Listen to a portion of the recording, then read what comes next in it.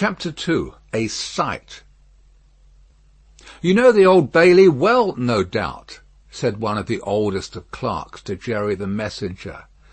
"Yes, sir," returned Jerry in something of a dogged manner. "I do know the Bailey." "Just so. And you know Mr. Lorry?" "I know Mr. Lorry, sir, much better than I know the Bailey, much better," said Jerry, not unlike a reluctant witness at the establishment in question. "Then I, as an honest tradesman, wish to know the Bailey." "Very well. Find the door where the witnesses go in, and show the doorkeeper this note for Mr. Lorry. He will then let you in." "Into the court, sir?" "Into the court." Mr. Cruncher's eyes seemed to get a little closer to one another, and to interchange the inquiry. "What do you think of this?" "Am I to wait in the court, sir?" he asked as a result of that conference. "I'm going to tell you. The doorkeeper will pass the note to Mr. Lorry, and do you make any gesture that will attract Mr. Lorry's attention, and show him where you stand. Then what you have to do is to remain there until he wants you."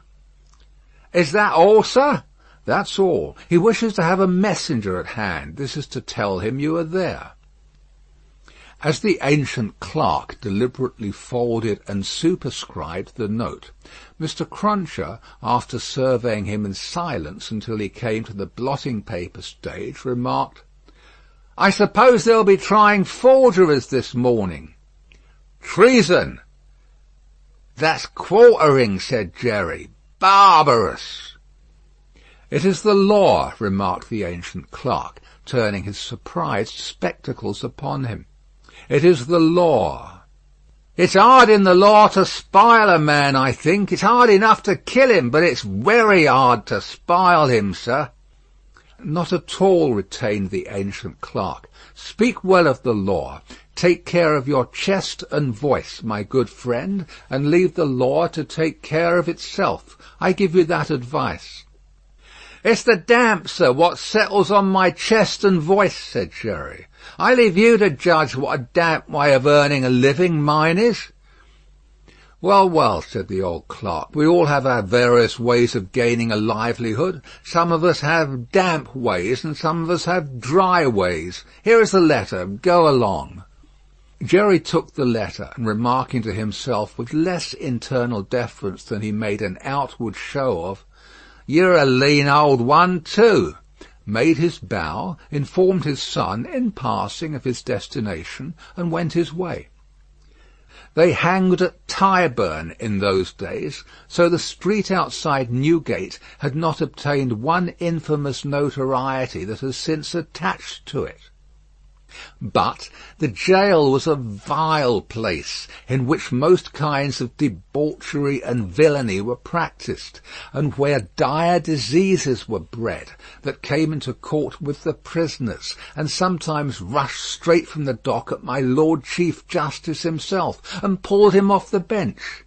It had more than once happened that the judge in the black cap pronounced his own doom as certainly as the prisoner's, and even died before him. For the rest, the Old Bailey was famous as a kind of deadly inn-yard, from which pale travellers set out continually, in carts and coaches, on a violent passage into the other world, traversing some 2 miles and a half of public streets and road, and shaming few good citizens, if any. So powerful is use, and so desirable to be good use in the beginning.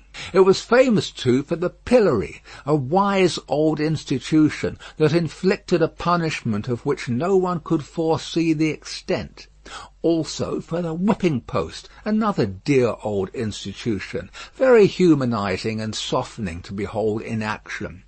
Also for extensive transactions in blood money, another fragment of ancestral wisdom, systematically leading to the most frightful mercenary crimes that could be committed under heaven. Altogether, the Old Bailey, at that date, was a choice illustration of the precept that whatever is right, an aphorism that would be as final as it is lazy, did it not include the troublesome consequence that nothing that ever was wrong. Making his way through the tainted crowd, dispersed up and down this hideous scene of action, with the skill of a man accustomed to make his way quietly, the messenger found out the door he sought, and handed in his letter through a trap in it. For people then paid to see the play at the Old Bailey, just as they paid to see the play in Bedlam, only the former entertainment was much the dearer. Therefore all the Old Bailey doors were well guarded, except indeed the social doors by which the criminals got there, and those were always left wide open. After some delay and demur, the door grudgingly turned on its hinges a very little way, and allowed Mr. Jerry Cruncher to squeeze himself into court. "What's on?" he asked in a whisper of the man he found himself next to. "Nothing yet. What's coming on? The treason case, the quartering one, eh?"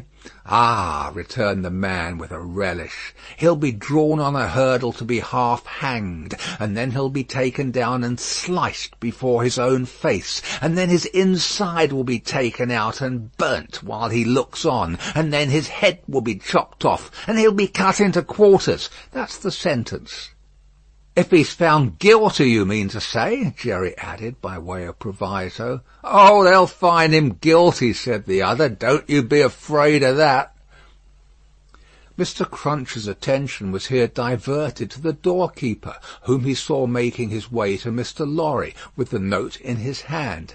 Mr. Lorry sat at a table among the gentlemen in wigs, not far from a wigged gentleman, the prisoner's counsel, who had a great bundle of papers before him, and nearly opposite another wigged gentleman with his hands in his pockets, whose whole attention, when Mr. Cruncher looked at him then or afterwards, seemed to be concentrated on the ceiling of the court. After some gruff coughing and rubbing of his chin and signing with his hand, Jerry attracted the notice of Mr. Lorry, who had stood up to look for him, and who quietly nodded and sat down again. "What's he got to do with the case?" asked the man he had spoken with. "Blest if I know," said Jerry. "What have you got to do with it, then, if a person may inquire?" "Blest if I know that either," said Jerry. The entrance of the judge, and a consequent great stir and settling down in the court, stopped the dialogue. Presently the dock became the central point of interest. Two jailers who had been standing there went out, and the prisoner was brought in and put to the bar. Everybody present, except the one wigged gentleman who looked at the ceiling, stared at him. All the human breath in the place rolled at him, like a sea or a wind or a fire. Eager faces strained round pillars and corners to get a sight of him. Spectators in back rows stood up, not to miss a hair of him. People on the floor of the court laid their hands on the shoulders of the people before them, to help themselves at anybody's cost to a view of him, stood a tiptoe, got upon ledges, stood upon next to nothing to see every inch of him.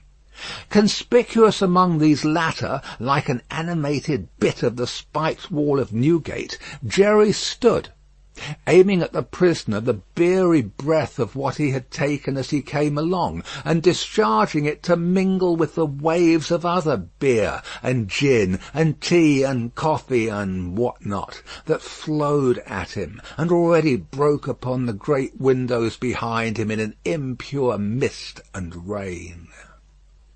The object of all this staring and blaring was a young man of about 25, well grown and well looking, with a sunburnt cheek and a dark eye. His condition was that of a young gentleman. He was plainly dressed in black, or very dark grey, and his hair, which was long and dark, was gathered in a ribbon at the back of his neck, more to be out of his way than for ornament.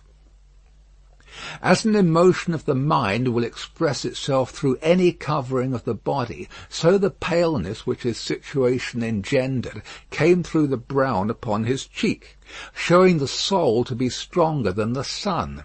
He was otherwise quite self-possessed, bowed to the judge, and stood quiet. The sort of interest with which this man was stared and breathed at was not a sort that elevated humanity. Had he stood in peril of a less horrible sentence, had there been a chance of any one of its savage details being spared, by just so much would he have lost in his fascination. The form that was to be doomed to be so shamefully mangled was the sight. The immortal creature that was to be so butchered and torn asunder yielded the sensation. Whatever gloss the various spectators put upon the interest, according to their several arts and powers of self-deceit, the interest was, at the root of it, ogreish. "Silence in the court!" Charles Darnay had yesterday pleaded not guilty to an indictment denouncing him, with infinite jingle and jangle, for that he was a false traitor to our serene, illustrious, excellent, and so forth, Prince, our Lord the King, by reason of his having, on divers occasions and by divers means and ways, assisted Louis, the French King, in his wars against our said serene, illustrious, excellent, and so forth. That was to say, by coming and going between the dominions of our said serene, illustrious, excellent, and so forth, and those of the said French Louis, and wickedly, falsely, traitorously, and otherwise evil adverbiously revealing to the said French Louis what forces our said serene, illustrious, excellent, and so forth had in preparation to send to Canada and North America. This much Jerry, with his head becoming more and more spiky, as the law terms bristled it, made out with huge satisfaction, and so arrived circuitously at the understanding that the aforesaid, and over again aforesaid, Charles Darnay, stood there before him upon his trial, that the jury was swearing in, and that Mr. Attorney General was making ready to speak. The accused, who was, and who knew he was, being mentally hanged, beheaded, and quartered by everybody there, neither flinched from the situation nor assumed any theatrical air in it. He was quiet and attentive, watched the opening proceedings with a grave interest, and stood with his hands resting on a slab of wood before him, so composedly that they had not displaced a leaf of the herbs with which it was strewn. The court was all bestrewn with herbs and sprinkled with vinegar, as a precaution against jail air and jail fever.